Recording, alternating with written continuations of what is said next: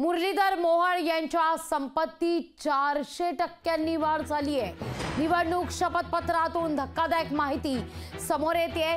7 वर्षात संपत्ती 5 कोटीवरून 24 कोटींवर गेलेली आहे। 400% संपत्ती वाढल्यानं सगळ्यांनाच आश्चर्याचा धक्का आहे। आश्चर्य आणि भुवया देखील उंचावतात। भाजपा उमेदवारांची संपत्ती आश्चर्यचकित करणारी आहे। मुरलीधर मोहोळ यांनी दिलेलं कर्जही आता वादात सापडतंय।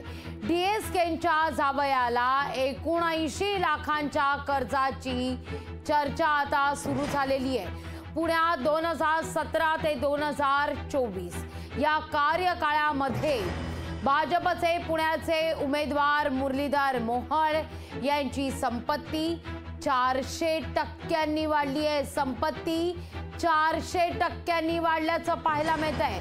वाढलेल्या संपत्तीतून मोहोळ यांनी ठेवेदारांची फसवणूक करणाऱ्या डीएसके घोटाळ्याचा आरोपी केदार वांजपे याला जवळपास 79 लाखांचं कर्ज दिलेलं आहे। 2017 मध्ये मोहोळ यांची संपत्ती आपण पाहतोय 5 कोटी 67 लाख होती।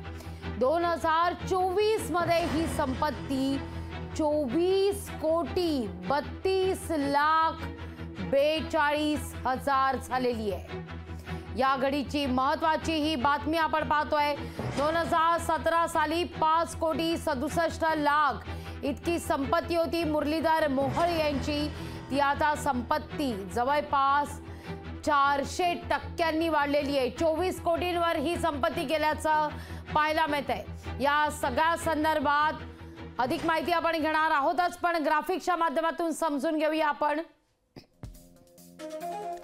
मुरलीधर मोहोळ यांच्या बिल्डरांची पार्टनरशिप आहे सिटी स्पेस डेव्हलपर्स। बिल्डर पाहतोय आपण कुठे कुठे पार्टनरशिप आहे त्यांची। Elite Centre, Behede Realty, Bedekar Property, Gokhale Construction, City Space Developers, Elite Centre, Behede Realty या ठिकाणी मुरलीधर मोहोळ यांची पार्टनरशिप आहे।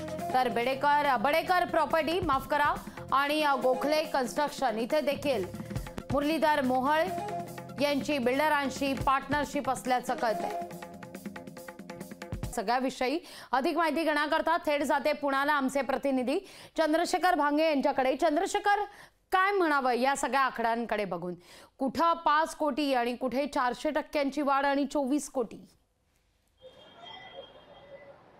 खरं तर लागवी खूपच ही जी वाढ झालेली आहे ती कुठतर धक्कादायकच म्हणावं लागेल। आपण बघू शकतो की इकडे एवढी वाढ 400% झाली, परंतु केदार वांजपे नावाचा जो डीएसकेचा घोटाळ्यातील जो आरोपी आहे मुख्य, त्याला मुरलीधर मोहोळ यांनी 79 लाख रुपयाचं जे कर्ज आहे ते दिलेलं आहे। आपण बघू शकतो की ज्या ठेवीदारांची फसवणूक केलेला केदार वांजपे आहे, या आरोपीला जो आहे अनेक ठेवीदार जे पुणेकर आहेत ते अक्षरशः डीएसकेच्या घरच्या उंबरटे झिजवलेले आहेत। अशा आरोपीला केदारला यांनी 79 लाख रुपयाचं कर्ज दिलेलं आहे। त्याचबरोबर मुरलीधर मोहोळ यांनी ज्या बांधकाम व्यवसायाकडे हजारो रुपयामध्ये गुंतवणूक केलेली होती, त्या बिल्डरकडून मात्र मुरलीधर मोहोळ यांना कोट्यावधी रुपये जे आहेत ते मिळालेले आहेत लागवी। खरं तर 400%ची जी वाढ आहे ती खूपच धक्कादायक म्हणावं लागेल, कारण 2017च्या शपथपत्रामध्ये जर आपण पाहिलं तर त्यांची जी संपत्ती आहे ती 5 कोटी रुपयापर्यंतची होती आणि आता जर आपण पाहिलं 2024च्या